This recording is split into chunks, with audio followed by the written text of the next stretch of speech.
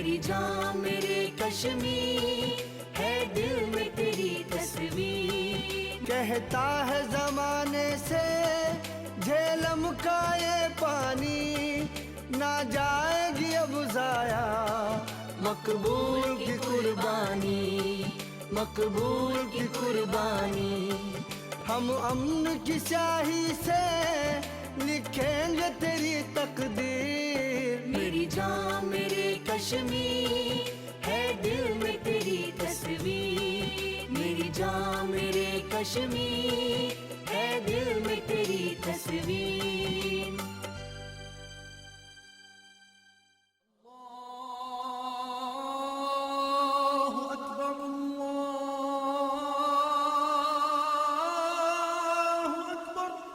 मुमकिन है कि पिछली रात इन्होंने लूटपाट और कत्ल खून भी किए हों। क्या ये लोग सचमुच मानते हैं कि जिसमें ये शामिल है वो जिहाद है? सचमुच अल्लाह का वजूद है कि नहीं, इस सवाल ने मुझे हमेशा परेशान किया है।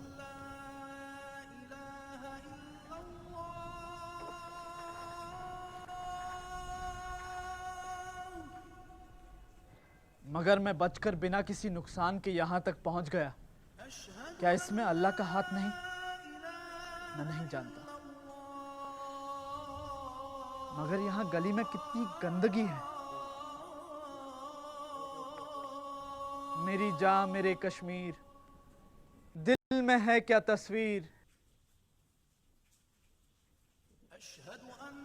तू जन्नत है सरजमी पे, तो तेरी गलियों में ये दोज़ख जैसी सड़न क्यों है?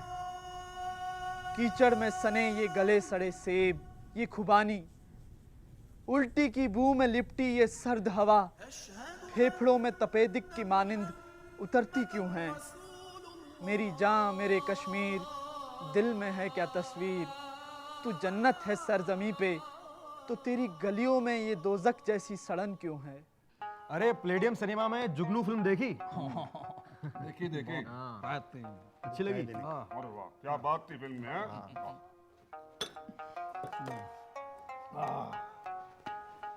पूरे बारामुल्ला में अमीरा की चाय का जवाब नहीं भाई। मैं तो 5 कोस से पैदल चलकर रोज चाय पीने आता हूँ। तो संतरी जी तुम ड्यूटी कब करता? ऐसी बातें सबके सामने नहीं पूछते। चाय का मजा लो। तो अमीरा एक गर्मा गर्म चाय तो देना। आओ मकबूल मियाँ, चाय के साथ कुलचा भी लेंगे? नहीं नहीं, खाने को कुछ नहीं। तुम्हें तो पता है मैं चाय के साथ कुछ नहीं खाता। कौन सी चाय लेंगे, नमक वाली या शक्कर वाली? हाँ तो सभी कश्मीरी तो नून चाय पीते हैं। तुम ये शक्कर की चाय कब से बनाने लगे? हमारे ये मेहमान शक्कर वाली चाय पसंद करते हैं। ये लो। जनाब इस मामले में ये हमारे जैसे ही हैं। अब मैनू तो ये समझ नहीं आता कि ये कश्मीरी नमक वाली चाय क्यों पीते हैं। अरे बेवकूफ है ना। फिर भी तो है मुसलमान ही। बस फर्क यही है कि काफी दिनों से काफिरों की सोबत में रहते हैं, बस। अरे वो है ना हिंदू राजा, बड़ा मशहूर है। सुना है कि वो गोरी औरतों का रसिया है। ओ यार एक बात बताओ, ये कश्मीरी जनाने होते हैं क्या? क्यों भाई, ये लेडीज साइकिल पे सवार होके क्या आया है? मेरे पास मोटरसाइकिल भी है, लेकिन आजकल पेट्रोल मिलता कहाँ है, इसलिए अपनी बहन की साइकिल ले ली। ओ ये नान और कुलचा भी खाते हैं। अच्छा। हाँ। बड़ी गंदी बदबू मारते हैं। हम जिस घर में रहता है ना, उसके पखाने के आगे से भी नहीं गुजरा जाता। तौबा तौबा। लाहौल बिला क़ुव्वत, क्या गंदी गंदी बातें शुरू करती। अल्लाह के नाम पे दे दे भाई, अल्लाह के नाम पे दे दे। अल्लाह तेरा भला करेगा, ये ले। तेरे घर परिवार सुखी रहेंगे। चल चल हो गया बस। तुम्हें शर्म नहीं आती? कश्मीरी होकर कश्मीरियत के कातिलों से पैसे मांगती हो। सलाम वालेकुम। ये हमारे खास लीडरों में से एक है, जनाब मकबूल शेरवानी। तुमने पहले क्यों नहीं बदला है? अरे वो ज्यादा दूर नहीं गया होगा। चलो आओ, पकड़ो उसे जल्दी।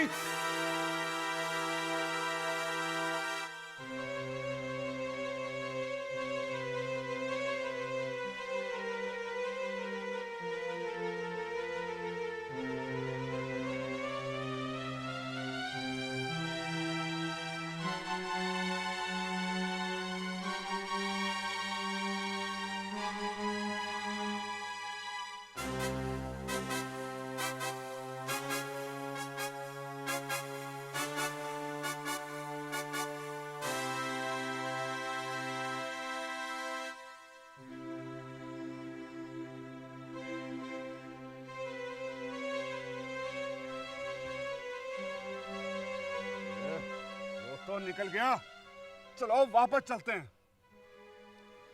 अगर खुर्शीद अनवर को पता चल गया कि मकबूल हमारे हाथ से निकल चुका है, हम सबकी खैर नहीं। अरे खैर नहीं, कोर्ट मार्शल कर देंगे। बहुत ही सख्त ऑफिसर हैं, फौज के हवाले कर देंगे। तो अब करें तो करें क्या? तो करें तो करें क्या? ऐसा करते हैं, उस हरामखोर नान भाई को पकड़ते हैं, उसे सारे अड्डे मालूम है उसके। अरे अरे वो देखो नान भाई, इधर ही आ रहा है। क्या किस्मत भाई है। नान भाई, अगर एक कदम भी आगे बढ़ाया तो गोली से उड़ा दूंगा। सीधी तरह से इधर आ जा।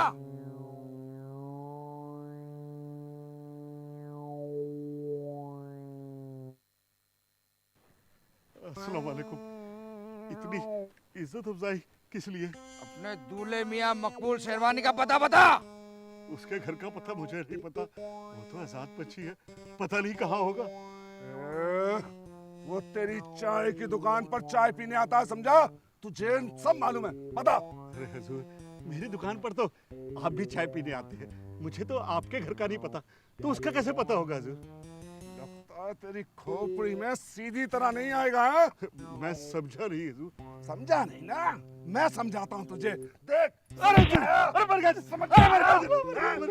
जनाब, या अल्लाह इन्हें मकबूल का पता बता दे, वरना मेरी खैर नहीं। जल्दी से हमें मकबूल का पता बता, नहीं तो तुझे खुर्शीद अनवर के हवाले कर देंगे। हाँ?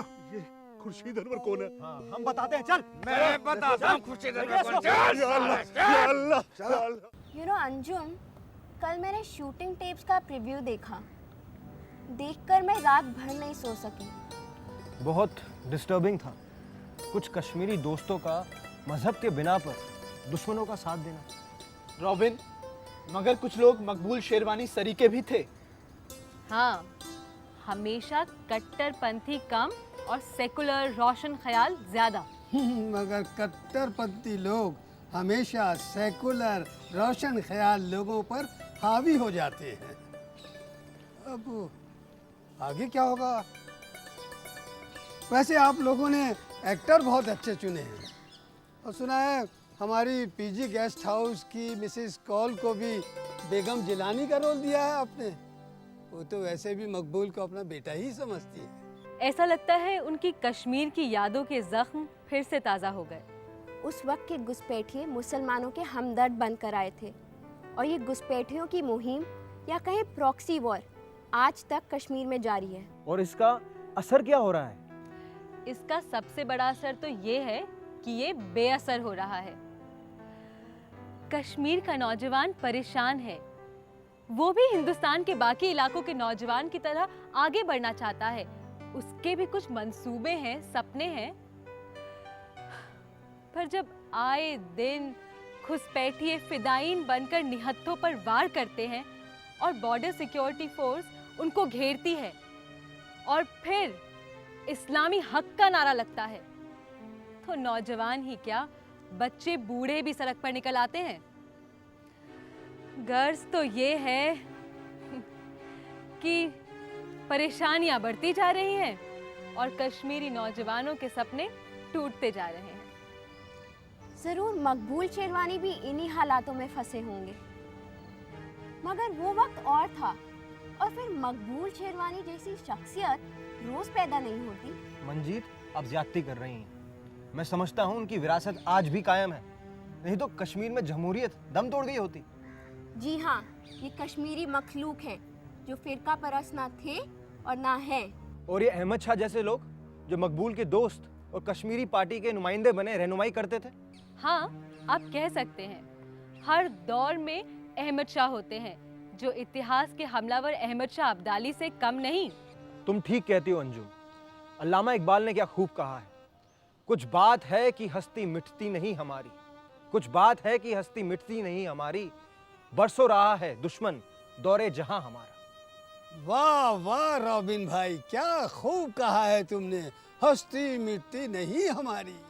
हमारे देश में क्या कवि हुए, शायर, सूफी, संत, कमाल के आदमी हुए हैं यहाँ पर। हाँ, ये हिंद की ही सरजमीन है जहाँ आरती और अजान दोनों ही प्यार और मोहब्बत का संदेश देते हैं और इंसानियत ही उसका मजहब है। ठीक कहा अंजुम जी आपने, इंसानियत ही मज़हब होना चाहिए। और ऐसे एक शायर थे नज़ीर अकबर आबादी, वो दिल्ली के रहने वाले थे। जब वो जो अहमद शाह अब्दाली का हमला हुआ 1757 में, तब वो दिल्ली से आगरा चले गए और वहाँ जाके क्या शायरी की है उन्होंने, इंसानियत के मजहब पर, देवी देवताओं पर, बच्चों पर, भालू के नाच पर, दिवाली पर और यहाँ तक गुरु नानक की महिमा पर। कमाल के शायर थे वो। अरे वाह मंगलू, तुम तो छुपे रुस्तम निकले। मगर मंगलू, ऐसी क्या खासियत थी तुम्हारी नज़ीर अकबर आबादी में? हम भी तो सुने। या वो तुम्हारे शहर आगरा से थे इसलिए तो इतनी तारीफ नहीं कर रहे? ऐसी बात नहीं है मंजीत जी, वो बाकमाल के शायर थे। आप कहें तो उनका शेर सुनाऊं कोई? बिल्कुल। मैं लिख कर लाया हूँ, लीजिए अभी सुनाता हूँ। आपको भी यकीन आ जाएगा कैसे शायर थे वो, बहुत ही बेहतरीन शायर थे। ले सुनिए। अच्छे भी आदमी कहलाते हैं ए नज़ीर, अच्छे भी आदमी कहलाते हैं ए नज़ीर, और जो सबसे हैं बुरे वो भी हैं आदमी। मस्जिद भी आदमी ने बनाई है यहाँ मियाँ, बनते हैं आदमी इमाम और खुतबा ख्वां, पढ़ते हैं आदमी नमाज कुरान यहाँ, और आदमी उनकी चुराते हैं जूतियाँ। वाह भाई मंगलू वाह, मस्जिद भी आदमी ने बनाई है यहाँ मियाँ। हाँ। और जो उन और एक दूसरा आगे है, और आदमी उनकी चुराते हैं जूतियाँ हैं, जो उनको ताड़ता है सो वो भी है आदमी, अच्छा भी आदमी कहलाता है नज़ीर। वाह वाह, क्या बात है। यहाँ आदमी मुरीद है और आदमी है पीर, अच्छा भी आदमी कहता है नज़ीर, और सबसे जो बुरा है सो वो भी है आदमी। वाह वाह मंगलू, कमाल कर दिया। मेम साहब, हाँ। अब एक रोल मुझे देंगी? अब तो मैं आपकी टीम का मेंबर हो गया हूँ। क्यों? जो हीरो है वो भी है आदमी, और जो छोटा सा रोल करेगा वो भी है आदमी। अरे बेटा मकबूल, रुको रुको रुको, बाहर पाकिस्तानी तुम्हारी तलाश कर रहे हैं। हमें कोई ऐसा तरीका निकालना पड़ेगा जिससे तुम्हें यहाँ से निकाल कर किसी महफूज ठिकाने पे पहुँचा दिया जाए। और मेरे दिल में ख्याल आया है कि तुम्हें यहाँ से निकालने का एक ही महफूज तरीका है कि तुम्हें बेगम साहिबा का बुर्खा पहना दिया जाए और साथ में एक नौकरानी लगा दी जाए। इसका फ़र्ज़ मेरी बेगम अदा करेंगी, फिर पाकिस्तानी तुम्हारी तरफ देखने की ज़रूरत तक नहीं करेंगे। अभी वह जिलानी साहब की इतनी इज्जत तो करते हैं। लेकिन बेगम साहिबा? बेगम साहिबा की तुम फिक्र मत करो, उन्हें मैं बता चुका हूँ कि तुम यहाँ पर हो और उन्होंने खुद तुमसे मिलने की ख्वाहिश जाहिर की है। तुम मेरे साथ चलो।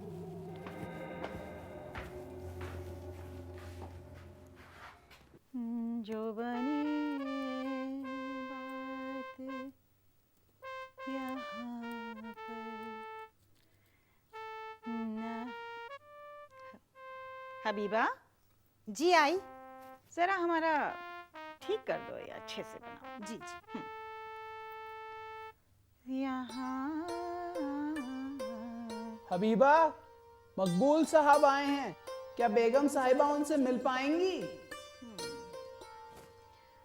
मकबूल साहब आए हैं।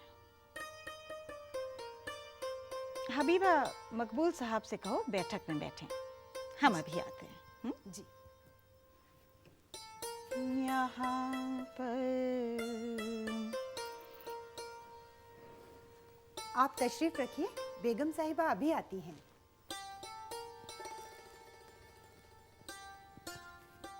बात बना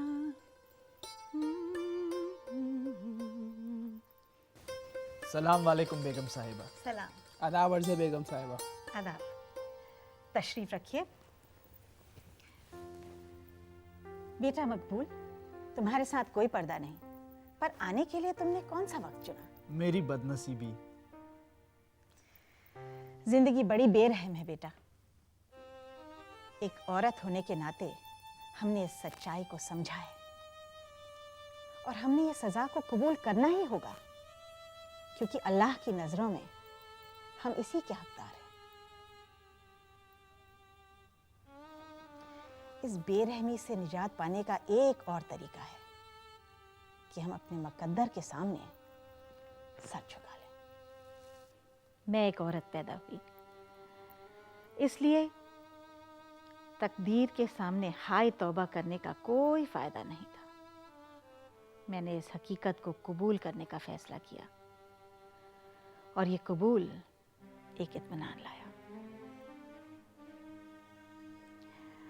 मैं मानती हूँ कि जब मैं एक जवान लड़की के रूप में इस घर में आई थी तो मैं बहुत डरी सहमी थी। मैंने इनका हुक्म मानने का फैसला किया। मैं ज़्यादा काम भी नहीं जानती थी, लेकिन फिर भी सब कुछ मेरे साथ था। ये मुझ पर हुक्म चलाते और मैं पूरे घर में हुक्म चलाती थी। ये हाकिम तो हुक्म की तामील चाहते हैं। अगर हम फैसला कर लें कि हम इनका हुक्म मानेंगे तो हम अपने घरों में वो सब करने के लिए आज़ाद होंगे जो हम करना चाहते हैं।